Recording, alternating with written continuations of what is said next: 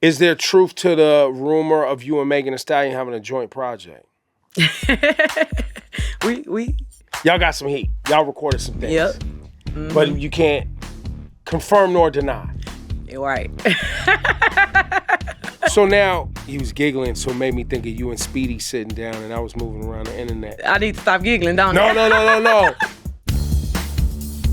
Ladies and gentlemen, it's the Ebro show, and GloRilla has stepped in. How you doing? Hey. What's up? Oh, man, it's good to see you again. Great to see you again. Yeah, man, I'm really happy for you, because, a lot of artists have phenomenal warm-ups like you had.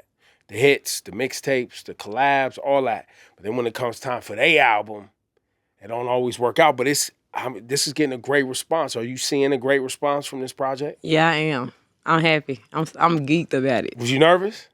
I was a little bit, but I knew the music was good. Yeah. And everybody that I let hear it, nobody was telling me nothing was bad. So I'm like, okay, y'all not. And I tell my people, I be like, don't be no yes man. Let me You said know. the same shit to me. You was like, you like the album? I was like, yeah. She was like, nah, for real. Yeah. You like the album? I was like, yeah, I like the album. She was like, nah. Like, what do you like? Like, well, you want to talk about it. Yeah, like I want to be like, don't just lie to me and say you like it. Like I want to know for sure if you like it. So on one of the songs, you actually say you like critique. Like you like feedback. You're into that. Mm-hmm. But I think leading into this project, I saw you talking about like naysayers, haters, people doubting you. Talk about that doubt and how much that drove you to get to this point. Okay, so when I first blew up, everybody, they was happy for me, whatever. You always gonna have haters and everything, but it's like one point where I didn't drop a lot of music. And it's like everybody just got like they started just It's like a rap. Yeah, they thought it was a rap. I was seeing it a lot actually. Like they was just like it's over for her. The run she had was cool. Like just trying to throw me in the garbage really. And so like they really amped me up like 1,000%. Like I'm like wow, like y'all acting like I actually can't rap. Like it's understandable when you can't rap and you just blow up by mistake. Yeah. But I always knew I actually got the talent, so I know it ain't over. But they really just it helped me.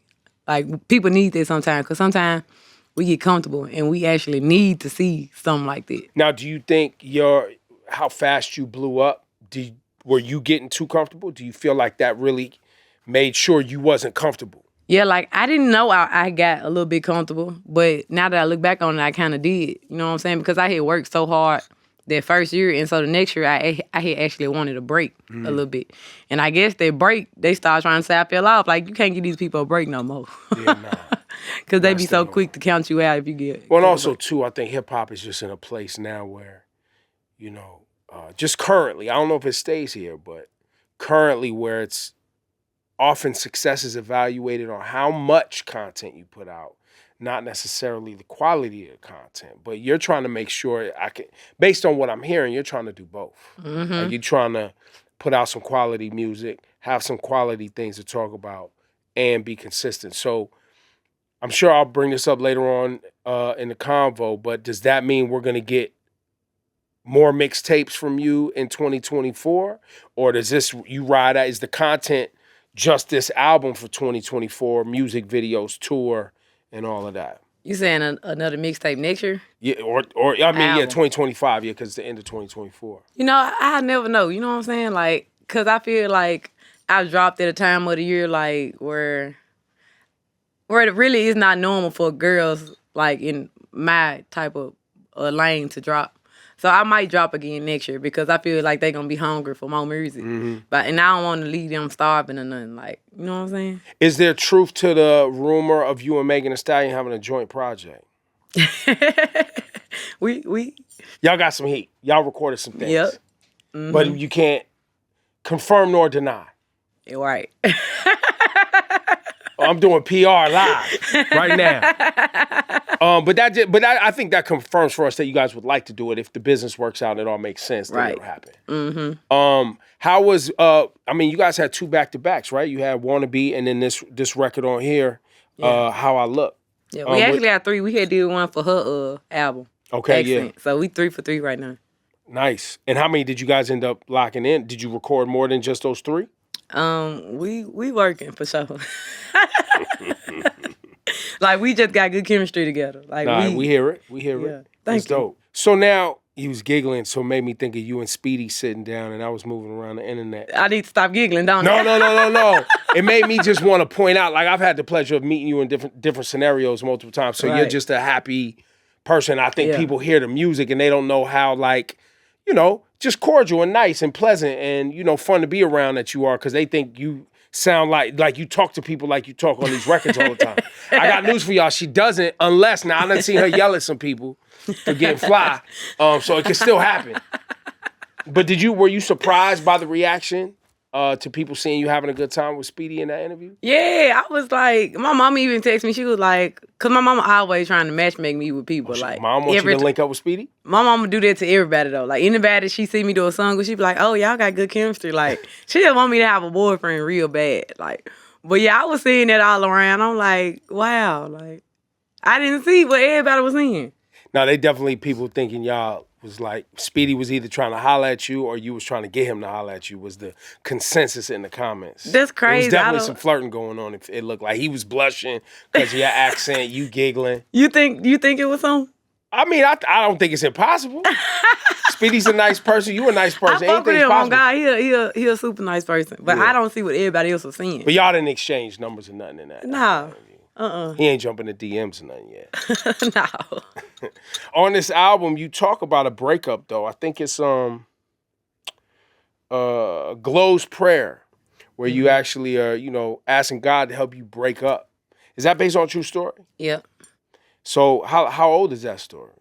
Like right before I blew up, you know, when I said I did the fast. Yeah. And so I did that fast because I was on the dude. My boyfriend at the time so bad. And I remember I was on my way to my mama's house one day. This was all before F and everything.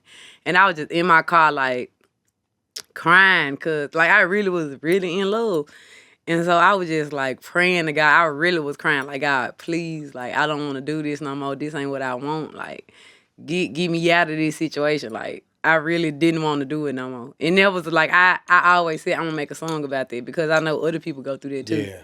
So, yeah, that was a real song. Where you know the situation ain't good, but getting out of it feels more painful than, and you say that in the song. Right. Like, it's hard, like, having to go to sleep by yourself at night. Like, that ain't fun. Don't nobody want to do that. But then, you know that ain't the right thing for you either. And so, it was just crazy. And that's why I rap how the way I rap right now because, like, I never want to go back to that. Like, that's why I'm so hard. You know? So you feel like, basically what I'm hearing you say is you feel like if I act tough, then I keep myself from getting my heart broke? Is that what you're saying? Not if I am. Because you sound, not if I act, if I am. Like, if you are tough. Yeah, it's not even the act. Like, I just done got, you know, certain situations make you a certain type of way. Right. Yeah. But you're going to have to let your guard down at some point. At some point. We saw you giggling with Speedy, man. You know what I'm saying? Like, I'm just playing. Glorious is the album from Gloria Hallelujah. I'm glad you leaned into that. Yeah, for sure. Yo, from the beginning, I was always like, yo, why her rap name ain't Gloria Hallelujah? For real? I'm dead ass, because that's such a unique name. Yeah. Like, ain't nobody ever heard that before. You ever met anybody named it was Gloria Hallelujah? Ain't nobody know No. that. I ain't never met nobody. Ain't nobody heard of that before. That's dope. That's fire. And you lean into spirituality a little bit on this record too, like just like we said with Glow's Prayers, you know, talking to God. But then you got Kirk Franklin, Kara Sheard, Maverick City Music on here, Chandler Moore all on the record. Yeah. Are you a big gospel music fan? I am. I grew up on gospel music before I even grew up on any other music. It was gospel. Like my mama was strong on gospel music. Yeah. And so I grew up on Kirk Franklin, Yolanda Adams, all them. And then you got the strap and got it popping out here. When you started putting out music, what did your family say? You know, like my first song I did, I remember I was just in the car playing it with my dad. And like, I think I was still in high school. I had just got out of high school. And I was just cursing so much. My dad said, girl, what the fuck is you talking about? Because right now, I used to rap way worse now. Like, I used to actually talk about guns and stuff. Yeah. When I used to rap. But I don't do that no more. But yeah, my dad was like, what the hell is you talking about? Like, but yeah, like that was supportive though. Like after they knew that's what I really wanted to do because they thought I was playing around at first. Once they realized I was actually serious, they started supporting me. Has the life of being an artist, a rapper, has it lived up to your expectations? Are you enjoying it? Mm-hmm. And then I guess the next question is, what don't you enjoy? I ain't got to a point where I don't enjoy none yet. You know, sometimes like you just gotta have tough skin, and I had to learn that. I got tough skin anyway, but like when I first came out and they were just coming at me, like I had to like, cause it was certain times like I didn't want to do rap no more because like I wasn't ready for all the negative shit that was coming my way, and like the cloud chasing, like people that I came up with to start cloud chasing and shit like that. I wasn't ready for that part. Like that made me like, you know what I'm saying, not want to do it no more. I'm like, this will come with it. But then I just had to learn to have tough skin. Were you surprised by all of, I mean, because, you know, a lot was made about you and JT going back and forth on social media. Were you surprised about run-ins with other artists that you didn't anticipate? Like that actually being a real thing, or were you ready for that? No, I didn't come in wanting to get into it with nobody. But me and JT actually cool. Y'all good? Yeah. That's good to hear. Yeah. So do you see, like, a lot of artists come up here and they talk about fans fueling things too. Have you seen that also, where it's like people constantly talking about things that ain't true, and you're like, guys, this some artists lean into it for promo. I don't know where you at with it. Like that's kind of the situation that we had. Like it was the fans. Like it was like super unnecessary. It was really free by the fans. You know what I'm saying? And I see that with other artists. Like the fans always try, but I don't really just let the fans get to me like that. Yeah. I really don't. Because I already know they want to do that. They trying to do it. Like, the thing with me is, like, when I see them trying to make a narrative, I try my best to steer the other way from it on purpose. Let's get into this joint with you and Sexy Red. What You Know About Me. That's with the Wipe Me Down sample. Right. Lil Boosie, and Lil Boosie's in the video. Talk about how this record came together, too, because I think this is going to be a big one off the album. Okay, so I had already did the song or whatever. I just had it, and I'm like, I think a feature should be on her. And me and Sexy, we ended up working together in Atlanta to just work on another song. Like, we were just in the studio trying to find the right beat. Like, I think we both was kind of in there overthinking a little bit. We like, what? Like, they expecting me and you to make a song. Like, what we gonna do? So we started on this other song. And the song is good, but I'm like, you know what? I forgot I got this song. I just did this Wipe Me Down. I said, I think I want you to be on there. Like, I'm put a verse on her. She was like, okay, cool. She liked the song, and then she had did it while she was on tour. Rain Down on Me. What was the inspiration for everything you talking about in the record? Who produced it? Talk about the whole record. Okay, so I was wanting a gospel record for a minute, and so Nevermind, he a writer, and he produced. So I'm like, I want a gospel record. You know what I'm saying? And so he did it quick. I was in New York actually. I was at a shoot. And he sent it back so quick. He sent me the chorus, you know what I'm saying, and the beat. And I'm like, oh, I'm finna go record something on this ASAP. So I had went to the studio the same night and wrote my 2 verses. Well, I wrote 1 verse. The second verse came later, but I was like, I wanted a gospel song because I'm a big gospel fan and I grew up in church. Like, them my roots, like from church. And so I really wanted to incorporate that in there. And so when I made the song, I'm like, ooh, I want Kirk Franklin on here. Like, I was just got the brainstorming and stuff.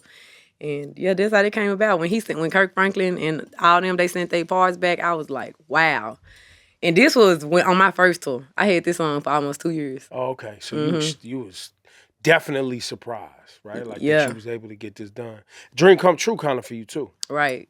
I feel like that the way you put the album was you was definitely talking shit to haters when the album starts. Then you kind of get into, you know, let me mellow it out, talk about some love and some spirituality and some other things. And then you start talking shit again as the album closed. Yeah. You sequenced this album yourself? You put the track order together, or? God helped me for sure. I was gonna ask. Like, cause God is great with the track order. Like, I almost let him do every project. I let him order my tracks around, and then if I don't like some, you know, it might be a free songs. I'm like, this one got to go right there. But for the most part, he'll lay the foundation down for the track list. He's smart. He very good at it. I want to get into. I love the intro, and I love Hold On Hope. Talk about the inspiration for how you started the album. So the intro was me just really telling people like how I felt from, you know what I'm saying, ever since I really ain't just dropped my album, because I supposed to drop last year, but I didn't. So it was just me like telling them, you know what I'm saying, like, this me, I'm here, I'm finna give y'all what y'all want, you know what I'm saying? So I had to talk my shit on there. Why didn't you drop the album last year? I was overthinking a lot. I was in super overthinking mode. Like walk us through where you was at so we can make sure you don't go back to that as fans. I was just trying to think, like, wow, I shot up so fast, I just gotta go big. Like, everything gotta be big, you know what I'm saying? I was just trying to, you know how you search for a big hit? I was doing it instead of just making the music, like how I was, the way I blew up, and not thinking I gotta make a hit. I just gotta make the music. Yeah, you was chasing a little bit, right? Chasing the Yeah. sound instead of sticking to your Yeah. shit, your fans. Exactly. Don't Deserve with Money Long. Yeah. An amazing song. Thank you. And I think very needed, right? Because a lot of people are in that predicament. Right. And you're talking from the perspective of a girlfriend, a friend of somebody that is going through an abusive, toxic relationship. Right. Is this a real experience for you? Yeah. Like, I didn't have friends that I'm like, just get out of it. Like, what's so hard? Like, you don't deserve it. Like, you, this person, like, why you letting him do you like that? So I just feel like I had to, like, I wanted to make a lot of songs about real life situations. You feel me? So that was one of them that I really wanted to touch on. On multiple occasions on this album, I think on Don't Deserve and I Ain't Going. Yeah. Specifically about dudes trying to be abusive, because I ain't going. You was like, I ain't for all that putting your hands on my neck shit. Like, you put your hands on me. Right. We gonna be smoking on your pack necks, basically. Yeah. Is that a space that, were you even remotely concerned about talking about that space, or that was something you were very excited to get into that because you know women need to hear that? The day that song came about, I had went through something that day. So that same day, like, I had kind of went through a little something. And so I went I to Ain't Going. Yeah. And so I went to the studio and I'm like, okay, I'm finna make a song about this. And that's how they came about. And so as you talk about different relationship scenarios on here, but you know, going into recording this album, you said you was no man and no alcohol for 60 days. Where you at now in that journey? Start sipping on something to celebrate the release? Yeah, I've been sipping for sure. I'm not a drinker. Like, I don't drink like shots unless it's a celebration, but I'm like a margarita type of drinker. But yeah, you know, I don't do it a lot though. And I'm super single right now. And I'm focused though. Like, I'm happily single. You know what I'm saying? They coming for you though. Yeah, I know. They coming for you though. They throw you off focus. Like, relationships, period. Like, if you're a male or female, they throw you off. Like, and I'm in a super focused mode right now. So I really don't care too much about it. Let's get into this joint, Don't Deserve. Was this an idea you had and then Money Long created the hook? How did this song come together? I was in the studio and I'm like, I want to make a song called The Dude Don't Deserve My Friend. And so then actually damn. Shit. I'm getting him confused with the DJ. But his name Felly. Felly. He a writer. He helped me come up with that hook. Oh, okay. Because I said I want to make a song about Don't Deserve My Friend. And he helped me come up with the hook. And we like, that's when Money Long, we like, okay, Money Long will sound good. And then she put her own twist on it too. She's phenomenal. Shout out to Felly Fell, DJ Felly Fell too. Yeah. By the way, love you too, bro. Don't Deserve is a phenomenal song, man. Great execution on that too. Thank you. I hope people really receive it too, because I think it's important. You know, back in the day, Eve had made a record similar with similar kind of connotations, and it was very important. It was a big hit, and I think this one is right there. It's How I Look, Megan Thee Stallion, GloRilla. Now, did you guys write this together? No, I had made the song and then sent it to her. I'm like, I want you to get on this. Like, this actually was like the last week before I had to turn my album in. And I'm like, well, I gotta have another verse from you on my album. Like, and then she did. She sent it back. She was skeptical about it. She was like, wait. She was like, don't listen to it yet. I'm finna say something at the beginning. I said, okay. And so then when she sent it back, I was like, damn, you killed that joint. Yeah. She was just skeptical. I'm like, girl, this song good as hell. You just did your big one on there. Nah, I like the way y'all going back and forth on it too. Yeah. So another one of my favorites on this Glorious, I like this T-Pain record a lot. I love that song. Was that like, I want T-Pain on my album since you was a fan of his, or how did this song happen? So, one of my managers, he was tied in with, I think, his DJ, his producer, and he just sent over some records. He was like, I'm gonna send her some beats and this record by T-Pain too. And so it's so crazy, I didn't even look at it instantly. He sent them and I was just so busy, I didn't get a chance to look at them. And so I said, I was in the studio one day, I'm like, let me look at these beats he sent. And so the song was before all the beats, so I clicked on that song. I said, oh shit. I said, I'm finna put a verse on this, John. I said, I love this. This finna go on the album. Like, it gotta go on the album. And so I called them. I said, I'm finna lay a verse on this tonight. This was like probably 4 days before I had to turn it in. I said, I'm finna put a verse on here tonight. clear it. Go on, get all the paperwork done. I want this on my album. Like, and they went ahead, got on it. Now, Glo, your accent that you and your little boo Speedy was giggling about. So I had a debate with someone about the Memphis accent because there's a few different accents in Memphis. Not everybody has your accent Right. in Memphis. Is there a certain like geography that breaks it down of like who talks like what? Because in New York we have different accents too, right? Like there's people from Staten Island or Long Island have a different. Jersey has a different little ways people talk. What about Memphis? It's crazy because sometimes I guess they say people from the north side of Memphis talk like me, like. Got it. But I thought we all talk like that because my brother, he from like Westwood, like that's the other side of Memphis, and he talk worse than me. Like people think my accent bad. Like he say shit like Merc, like he called milk Merc, and he called pickles prickles. Like they talk that bad, and so I be like, my accent ain't even as bad as everybody else. But and some people from Memphis, they don't got an accent, so they be saying I'm fake, and I'm like, why would I force myself to talk a certain? Oh wait, so that's a real thing that people was talking about, like you putting on. Yeah, they be saying that I'm faking, like it ain't real. Like I'm like like everybody around me talk like this. Like I might be a little bit more country, like not the words, but just me. Period. How I talk, kind of country. Because even before I blew up, they used to be like I kind of talk like I'm from Mississippi. Like I got an extra type of country twist on mine, but the words, all us talk like this. Like everybody I know talk like this for real. Like none of us can say demur. Like when when the trend was going viral, all of us, I'm like, let's say it. Nobody was like, I can't say it. Demure. Demure. Demure. Demure. Fuck that shit. It's like your. Can you say your? Your.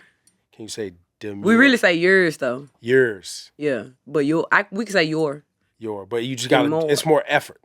Like break it down. Demure. Demure. It's like Demure. your. It's like de and mure. Demure. Demure. There you go. That's close, right?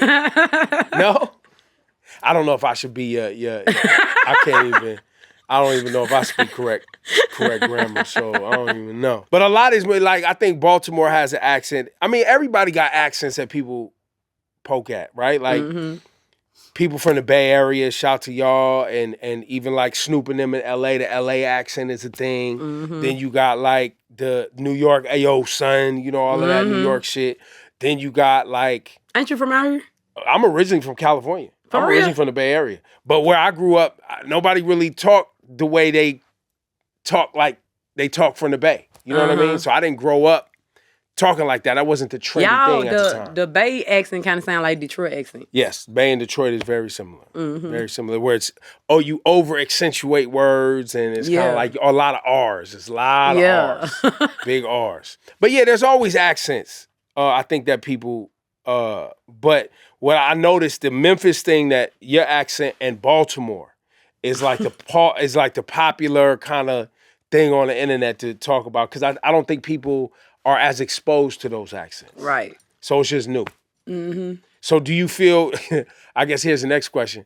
Is it fun for you to watch people discover your accent? Is that fun for you? Or do you feel like, all right, y'all chill, like it ain't? Like they go too ham sometimes. Like they put R's and words that I say right. Like they was like, because when I first did my album cover, they would put me on everybody's album. So they did Destiny for Phil, and they were like Destiny for Phil. I'm like, I do not talk that bad. Like For Phil. they just got to going too ham. I'm like, I don't put an R in everything like this. Like it got kind of annoying when they was doing it. But people talk shit. That's really love. Yeah, that's what I'm really saying. Love. I'm like, okay, I like the fact that y'all like my accent, because I get away with a lot of stuff, like, you know what I'm saying, with my accent. But, right. It's funny to me that people don't talk like that. I'm like, wow, I really sound foreign to y'all. Like, yeah, I really think I talk normal. Yeah, and then everybody make fun of the English accents too, right? With, like all the cats rapping out of the UK, Mans and them and all of that type of shit. So, but it's all love, man. I think it's really dope that we're all being exposed to each other's shit, right, through hip hop. Well, look, man, I'm proud of you. And I appreciate you always coming to sit down. I appreciate you for always talking to me and having me, man. Nah, it's love. You out here. Look, I'm partial to people who's working and trying to really contribute. Right. You know what I mean? You know how I go. Everybody ain't gonna like everything, but you out here putting on And as long as you being your authentic self and being true to your sound and telling your story, I think you're going to keep going. Thank you. You know what I mean? As you evolve, though, like when you think about like where you go after this, I don't even know if you've had time to even process that. Do you think that far out in advance? Like, yo, on my next project, I'm going to move like this, or I'm thinking about things for the next thing? I have started thinking about my next project because I see how well they taking this one in. I'm like, wow, so the next one I got to come with it. But, Yeah. You know what I'm saying? Is there something like, I don't know about features, but musically that you would like to try to experiment with? Because even making the Money Long record, those are records that I think are kind of new for you. Doing R&B, kind of leaning more emotional. That's a new space for you, right? Right. Mm-hmm. Do you think about that kind of stuff too, musically, where you would want to go? I think it'll come natural. Like, I don't want to think too hard about it. Like, I want it to just come. Like, that one day I thought about, I want to make a song about my friend. Like, you know what I'm saying? Yeah, as it happens. Yeah. Mm-hmm. GloRilla. Love. Yeah. Yeah. For sure. Yeah. It's the Ebro Show. Go get that Glorious right now on Apple Music.